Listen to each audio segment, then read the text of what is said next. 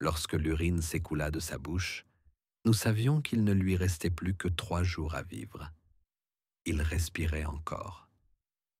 Mais l'odeur n'était plus humaine. C'était comme si l'eau d'une rivière pourrissait à l'intérieur de son corps. Le garçon était silencieux. Trop silencieux pour être le fils du roi. On disait qu'il n'avait jamais pleuré, même quand il était bébé. Son corps était frêle, blanc et maigre. Sur tous les portraits officiels, il était représenté avec un col rigide qui couvrait ses clavicules saillantes.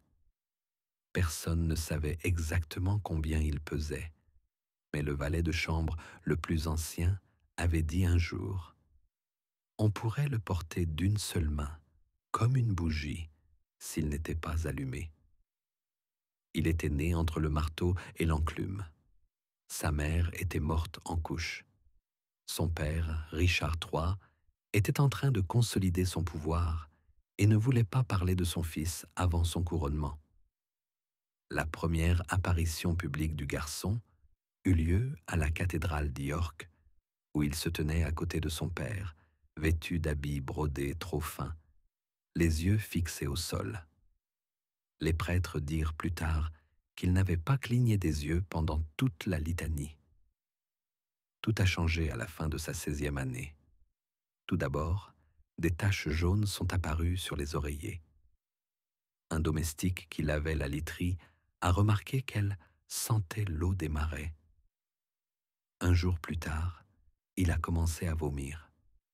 Le 3e jour, il y avait du sang dans ses urines. Les médecins de la cour sont restés silencieux. Ils ont alors appelé un pharmacien de Scunthorpe. Celui-ci a ordonné de faire un lavage d'estomac au garçon et lui a prescrit du vinaigre avec des herbes. Mais cela a provoqué des douleurs encore plus violentes. Le garçon n'a crié qu'une seule fois, lorsqu'il a commencé à vomir de la bile mêlée de sang. Après cela, il est resté silencieux. Il était allongé, fixant le plafond, respirant par petites bouffées, comme si chaque souffle venait de son foie.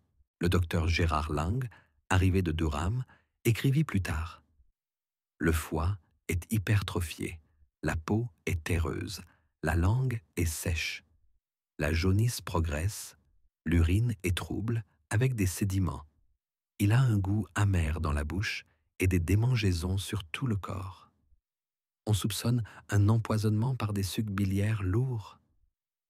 Le garçon est conscient mais apathique. Il parle lentement. Son regard est trouble. Son état est grave et ne peut être inversé que par la grâce de Dieu. Le rapport adressé au médecin royal indiquait: il ne reconnaît pas la douleur. Il ne répond pas aux questions. Il ramène périodiquement ses mains vers son estomac, comme s'il retenait quelque chose à l'intérieur. Sa sueur sent le vinaigre. Sa peau s'amincit. Ses veines sont visibles, comme celles d'un homme mort. Sur ordre de son père, les appartements furent isolés. Seul un médecin, 3 serviteurs et un confesseur étaient autorisés à y entrer. Il leur était interdit d'allumer plus de 2 bougies afin de ne pas créer de chaleur. La pièce fut recouverte de tissu épais. L'un des gardes déclara plus tard: nous ne le gardions pas. Nous l'avons scellé pour que ce qui était à l'intérieur ne puisse pas sortir. Les serviteurs commencèrent à tomber malades. L'un d'eux devint aveugle. Un autre développa des abcès à l'aine. Le 3e refusa de manger et resta silencieux dans son lit, où il mourut. Tous 3 furent emportés pendant la nuit, sans cérémonie. Les documents relatifs à leur mort disparurent. Seule une lettre privée indique: ils ne sont pas morts rapidement. Mais ils ne parlaient plus. Leurs lèvres étaient sombres.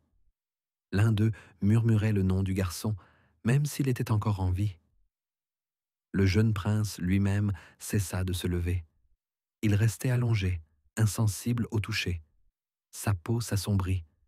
Le blanc de ses yeux devint gris, comme recouvert de cendres.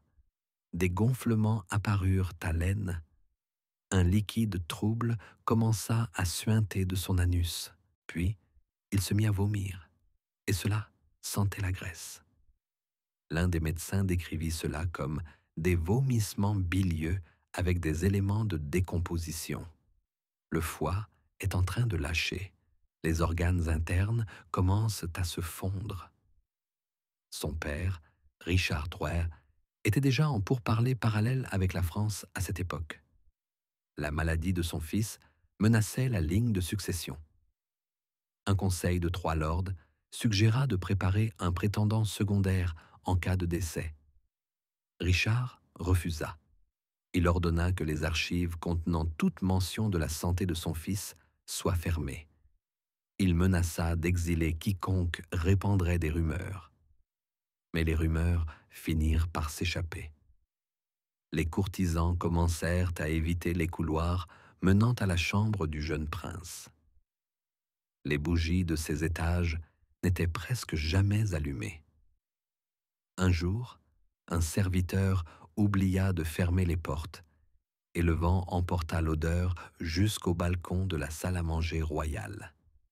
L'un des invités distingués s'écria « Ce n'est pas un homme, c'est un marécage cousu dans un corps. » Les saignées ne servirent à rien. La pommade à la belladone appliquée sur ses tempes provoquait des convulsions. Une tentative d'enduire son corps de miel, suggérée par un herboriste du comté, entraîna des abcès. Les sangsues glissaient sur sa peau comme si elle ne pouvait pas s'y accrocher. La nuit, le garçon gémissait, mais pas comme une personne vivante, silencieusement, seulement avec ses lèvres. Le serviteur écrivit « Il ne dormait pas, il attendait, et il pourrissait. Nous entendions quelque chose bouger en lui quand il respirait. La pièce ressemblait à une cave humide. Tout était moisi. Le 16e jour, une hémorragie interne commença. Son visage devint bleu. Du pus noir coulait de son nez et de ses oreilles. Son aine enfla et la peau s'assombrit. Son confesseur dit que le garçon essayait de dire « Dieu me regarde déjà ». Les domestiques refusaient d'entrer. Un seul resta, un domestique de 60 ans nommé Thomas. Il écrivit plus tard « Je lui tenais la main, mais ses doigts étaient déjà comme du parchemin. Quand il est mort, une vague a balayé la pièce, pas de l'air, mais une odeur nauséabonde. C'était comme si un sac d'intestin avait éclaté à l'intérieur de lui. Après sa mort, ils ne purent soulever le corps, dont la peau se détachait. La civière se brisa. L'un des embaumeurs perdit connaissance. Un autre mourut plus tard d'un empoisonnement du sang. Tout dut être retiré de la pièce, les tissus, les meubles, les ustensiles, puis brûlé. La dalle de pierre sous le lit fut arrachée et remplacée. Le sol fut inondé de vinaigre. Personne ne revint jamais vivre là. Les funérailles eurent lieu en secret. Il n'y eut pas d'adieu public. Le cercueil fut scellé. Aucune pierre tombale ne fut érigée. La chapelle où se trouvait la tombe fut plus tard démantelée. Toutes les images du jeune prince furent retirées. Son nom fut rayé des arbres généalogiques. Mais la disparition du garçon suscita une peur encore plus grande que sa maladie. Après sa mort, la cour resta silencieuse pendant 3 jours, comme si quelque chose de lourd planait dans l'air et refusait de se dissiper. Le son des cloches fut annulé. Les offices religieux se déroulèrent sans chœur. Même la cuisine préparait des repas sans viande sur ordre du roi. Mais personne ne parlait de son chagrin, ni ouvertement, ni à voix basse. La mort de l'héritier ne fut pas officiellement annoncée. Même Richard lui-même ne signa aucun décret relatif à cette perte. Son visage resta impassible pendant les premiers jours. Il ne pleura pas, ne parla pas de son fils, ne pénétra pas dans l'aile où son parfum flottait encore. Le lendemain de l'enterrement du jeune homme, 7 personnes furent renvoyées des chambres royales. 3 serviteurs, 2 clercs, un apothicaire et un jeune cuisinier. Officiellement, ils furent renvoyés pour négligence. En réalité, c'était pour avoir été témoins. Une note fut conservée dans les lettres de l'archevêque d'York. La paix du souverain a été troublée non seulement par la mort, mais aussi par ce qui reste après elle. L'odeur ne disparaît pas, même de la mémoire. Les courtisans s'agitent comme des rats. Chacun d'entre eux a peur d'être la prochaine victime. La décomposition ne s'arrêta pas au corps. Elle commença à imprégner le tissu même de l'État. Les premières rumeurs vinrent de Londres. Le garçon aurait été empoisonné par le roi lui-même. Sa chair aurait été maudite. Il ne serait pas né de sa femme, mais d'une nonne. Qu'il n'était pas mort dans son lit, mais enchaîné comme un homme possédé. À la fin du mois d'août, l'évêque de Rochester déclara sans détour dans son sermon: « Celui qui porte des fruits sans bénédiction récoltera la pourriture. » Il fut arrêté 2 jours plus tard. Richard ne répondit pas aux accusations. Mais il ne resta pas silencieux non plus. Il commença à modifier la composition de son conseil.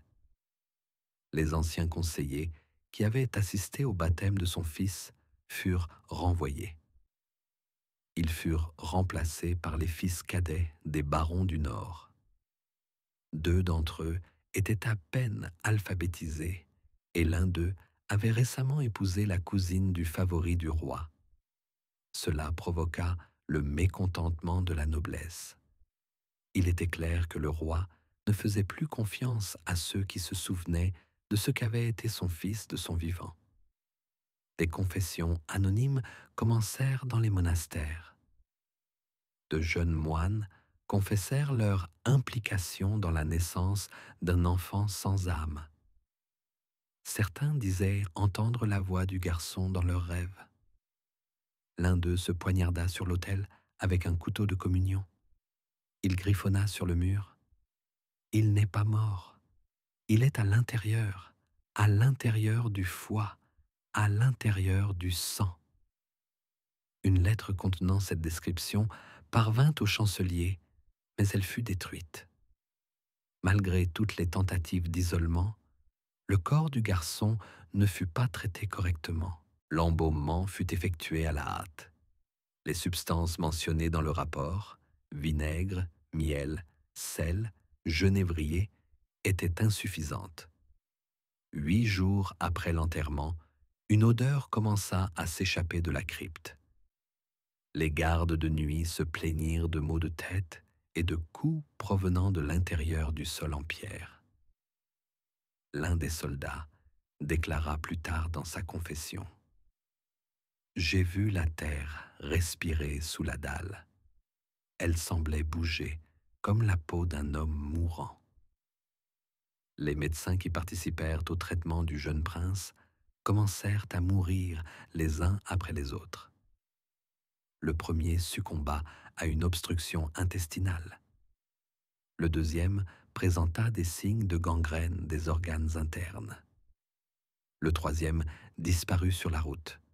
Le docteur Lang, seul survivant, entra dans un monastère et refusa de parler. Une seule phrase fut retrouvée dans son journal, répétée 12 fois: « J'ai vu de la bile couler du ciel. » Mais le pire était à venir. Des enfants commencèrent à disparaître. D'abord à York, puis à Lincoln, puis dans le Cambridgeshire. Tous avaient à peu près le même âge que le prince décédé. Tous étaient maigres et avaient les mêmes traits que ceux décrits dans la jeunesse de l'héritier. L'un des enfants survivants raconta que la nuit, son frère qui n'était pas là venait le voir et lui demandait de boire l'eau d'un récipient en or. On le retrouva avec de la mousse jaune à la bouche. Richard, qui n'avait toujours pas annoncé publiquement la mort de son fils, commença à déployer des troupes aux frontières. Le prétexte officiel était l'agitation de la France.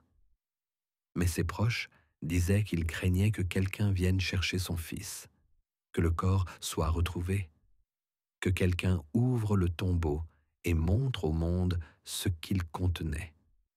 Ou qui?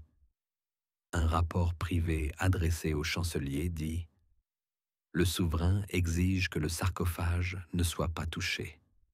En aucun cas. Même si l'odeur atteint l'église. Même si les rats rampent à nouveau dans les couloirs. » L'un des gardes de nuit, un ancien soldat de Sunderland, raconta plus tard « J'ai vu un enfant marcher dans le donjon, seul, en chemise, pieds de nu. Il m'a regardé droit dans les yeux, mais il n'a pas bougé. Il est resté là, debout. Et puis, il y a eu une odeur âcre, comme celle d'un intestin transpercé par une lance. J'ai alors compris qu'il ne pouvait pas être en vie, mais il n'était pas mort non plus. » À l'automne, la tension était devenue insupportable. L'Église a commencé à exiger la reconnaissance officielle des décès. Des rumeurs de malédiction se sont répandues dans toute l'Europe. L'ambassadeur de Castille est parti sans explication. La partie française a exigé la confirmation de la pureté de la lignée du trône. Le protocole de la cour a écrit « Le silence est devenu un poison. Il pourrit plus que le corps. Il n'y a pas de mots, seuls des gestes. Mais tout le monde sait, il y a une odeur et il est impossible de la cacher. » En octobre, un incendie se déclara dans le château. L'aile sud fut détruite par les flammes. Elle abritait les vêtements, les livres, les portraits et les effets personnels du prince. Personne ne fut blessé, mais il fallut attendre le lendemain matin pour éteindre l'incendie. On ne tenta pas de reconstruire le bâtiment. La pierre était fissurée. Les gens disaient que ce n'était pas la volonté des hommes qui avait causé l'incendie, mais celle de quelqu'un qui n'aurait pas dû vivre. L'incendie de l'aile sud marqua un tournant. Pour la première fois depuis la maladie et la mort du prince, le roi ordonna que l'on parle ouvertement. Pas à son sujet, mais sur les conséquences. Il exigea un rapport de l'alchimiste de la cour, le moine Anselme, qui avait été autorisé à voir le cadavre lorsque le cercueil avait été scellé. Le moine ne voulait pas parler. Il refusa de manger et resta silencieux jusqu'à ce qu'on lui montre la bague du prince, qui avait été retirée de son doigt enflé avant les funérailles. Il rédigea alors son témoignage. La peau de son ventre était tendue comme un tambour, mais elle n'était pas raide. Elle était molle, comme la peau d'une prune trop mûre. Lorsque le cercueil a été ouvert, il n'était pas à l'intérieur. Son visage était là, mais sa bouche était étirée et sa mâchoire était brisée. Ses yeux étaient enfoncés, mais pas aveugles. Ses paupières bougeaient. Quelque chose qui ressemblait à de la salive sombre coulait de ses oreilles. Et l'odeur était chaude et charnue, comme les entrailles d'un animal. Nous avons placé du cuivre à ses pieds et il est devenu noir en moins d'1 heure. Le document original n'a pas été conservé. Une copie est conservée dans des archives fermées à la bibliothèque de Durham. Son accès est restreint.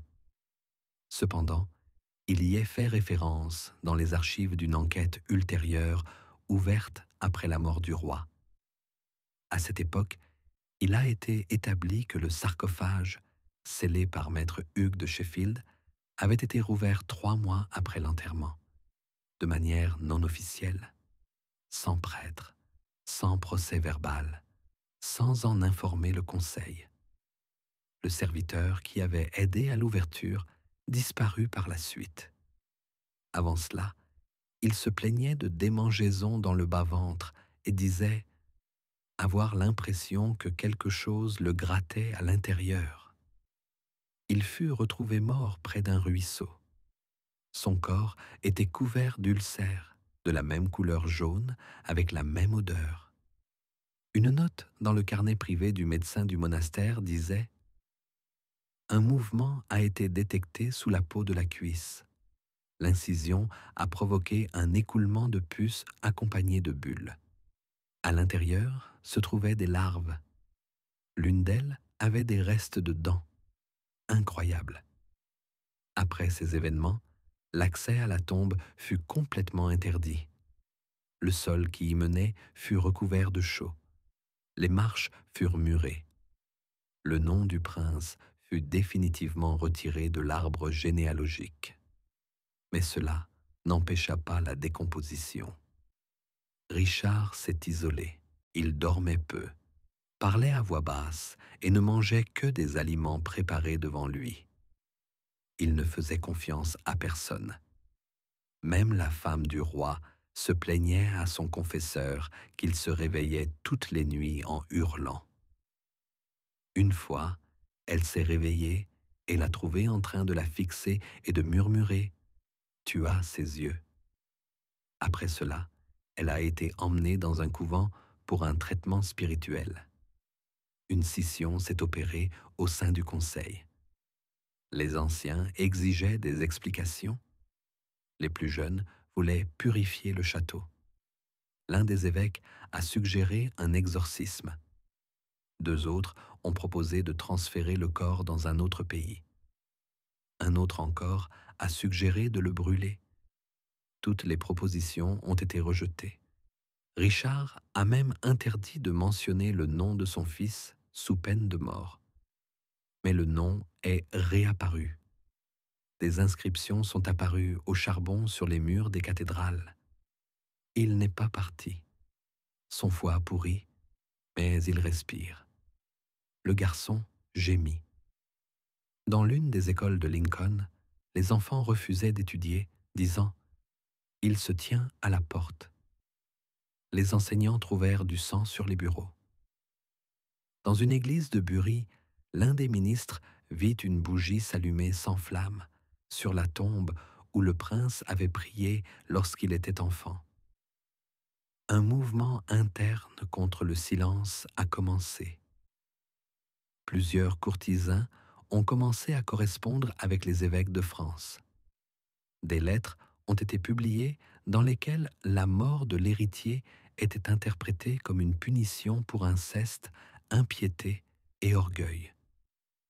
L'une des dénonciations envoyées à St. Albans contenait une accusation directe. Le corps a pourri de l'intérieur parce qu'il n'était pas béni, parce que le roi a rejeté l'Église, parce qu'il a lui-même maudit son propre sang.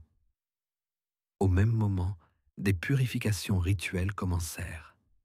Par décret royal, des processions avec des cendres et de l'urine furent organisées dans les environs de York. Les gens furent contraints de verser du vinaigre sur les murs du château. Un trésorier fut posté à la porte, qui payait chaque personne qui lisait des psaumes en direction du sarcophage. L'un des érudits venus de Bretagne écrivit « J'ai vu des vieillards laver la pierre comme si c'était de la peau. Ils pleuraient, mais pas de chagrin, de peur. Ils savaient que c'était inutile. La pierre pourrissait, comme le corps qui se trouvait dessous. Ce n'était pas une maladie. Ce n'était pas la décomposition. C'était la pourriture vivante de la foi. 6 mois après la mort du prince, une émeute éclata dans la chancellerie royale. L'un des scribes s'enferma dans une pièce et brûla tous les documents qui mentionnaient le prince. Après cela, il but du poison. Avant de mourir, il réussit à écrire une phrase sur le mur. « Il est mort à l'intérieur, mais maintenant nous sommes dehors. » Au printemps de l'année suivante, le roi Richard III quitta le château pour la première fois pendant une semaine entière. Il se rendit à Wells, officiellement pour négocier avec le clergé, mais en réalité pour s'éloigner de ce qui continuait à empester l'intérieur de la résidence royale. Selon un rapport de Lord Chalford, qui gardait les appartements privés, 8 mois après la mort du prince, dans le couloir menant à la crypte scellée, une humidité sombre apparut sur le mur, dégageant une odeur aigre et graisseuse. La pierre se fissura, les rats réapparurent. Plusieurs soldats quittèrent leur poste, se plaignant d'étouffement et de maux de tête. L'un d'eux écrivit à l'intérieur de son casque « Il est toujours là-dessous » et il a grossi. Aucun de ces faits n'a été officiellement consigné. L'interdiction de mentionner l'héritier restait en vigueur. Mais au sein du Conseil, un mouvement secret a commencé. On discutait de changer la ligne de succession. Certains suggéraient de marier Richard à une jeune princesse d'Écosse afin de produire un nouvel héritier. D'autres suggéraient de placer le neveu de sa sœur sur le trône. Richard lui-même répondait à toutes les propositions de la même manière. Nous avons déjà versé le sang. Nous n'en avons pas besoin d'autre. Au milieu de l'été, un incident brisa le silence même des plus fidèles. Lors d'un office dans la chapelle Sainte-Marie, fermée depuis la mort du prince, une fissure apparut dans la coupole au-dessus de l'autel. De l'eau s'en écoulait. Le prêtre pensa qu'il s'agissait d'humidité. Mais lorsqu'on ouvrit la fissure, on découvrit une poche de matière organique en décomposition. Ça sentait exactement comme dans les appartements du prince. Les médecins ont décrit cela comme un caillot de chair partiellement momifié avec des cheveux et une dent qui n'appartenait pas à un adulte. Le rapport a disparu le lendemain. L'hôtel a été démantelé. Au cours des mêmes semaines, le confesseur personnel du roi est mort. Une semaine avant sa mort, il a prononcé une phrase qui a ensuite été enregistrée par l'un des novices. « Je l'entends respirer sous le plancher. C'est comme le ventre du monde. Si nous ne l'ouvrons pas, le monde va exploser. » C'est alors que Richard ordonna de remplir le donjon de plomb. Pendant 3 nuits, des ouvriers silencieux, sous la surveillance de gardes armés, remplirent de plomb le passage menant à la tombe. Le plomb était fondu sur place. Le travail était effectué avec des masques. 5 ouvriers moururent rapidement.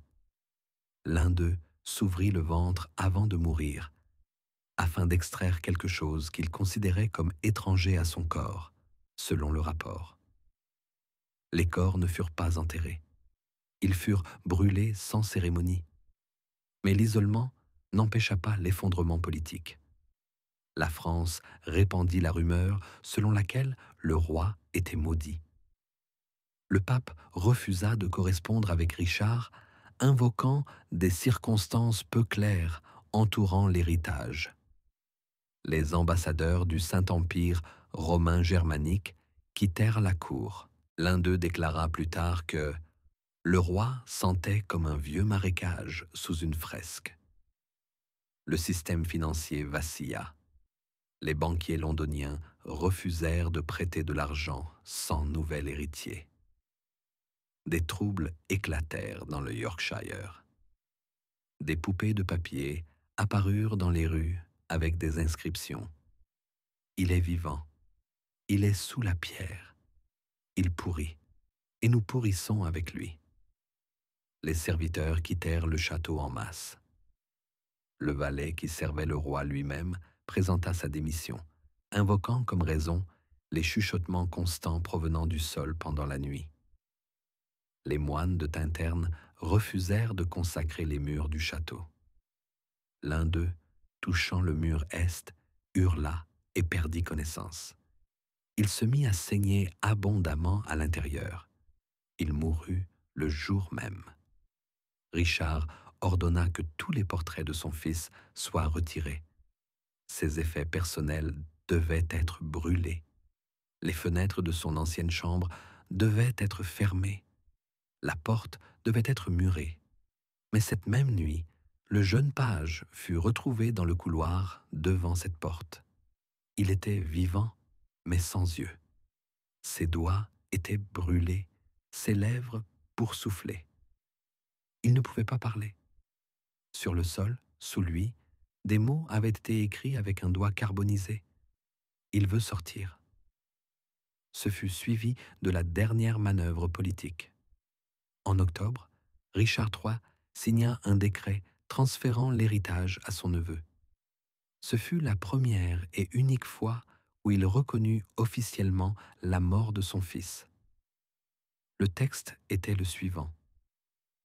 Compte tenu de l'impossibilité de poursuivre la lignée directe en raison d'une perte physique et du jugement divin, l'héritage de mon trône sera désormais transmis à la branche légitime de la famille. 2 mois après ce décret, Richard mourut au combat à Bosworth.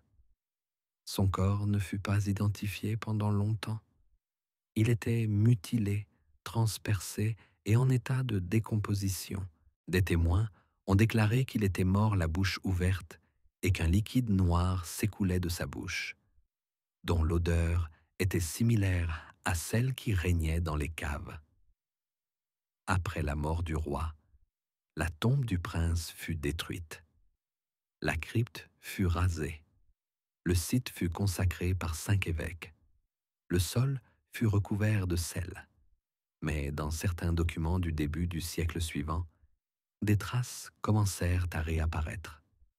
L'un d'eux, rédigé dans le monastère de Saint-Kévin, dit « Lorsque le sol s'est ouvert pendant l'office, de la vapeur s'est échappée de la fissure. Elle sentait comme un cadavre, pas mort, pas vivant, mais un corps qui était resté à l'intérieur trop longtemps. Ainsi s'achève l'histoire du garçon dont le foie s'est décomposé avant que son nom ne disparaisse. Il est mort à l'intérieur, mais le monde entier a commencé à pourrir de l'extérieur.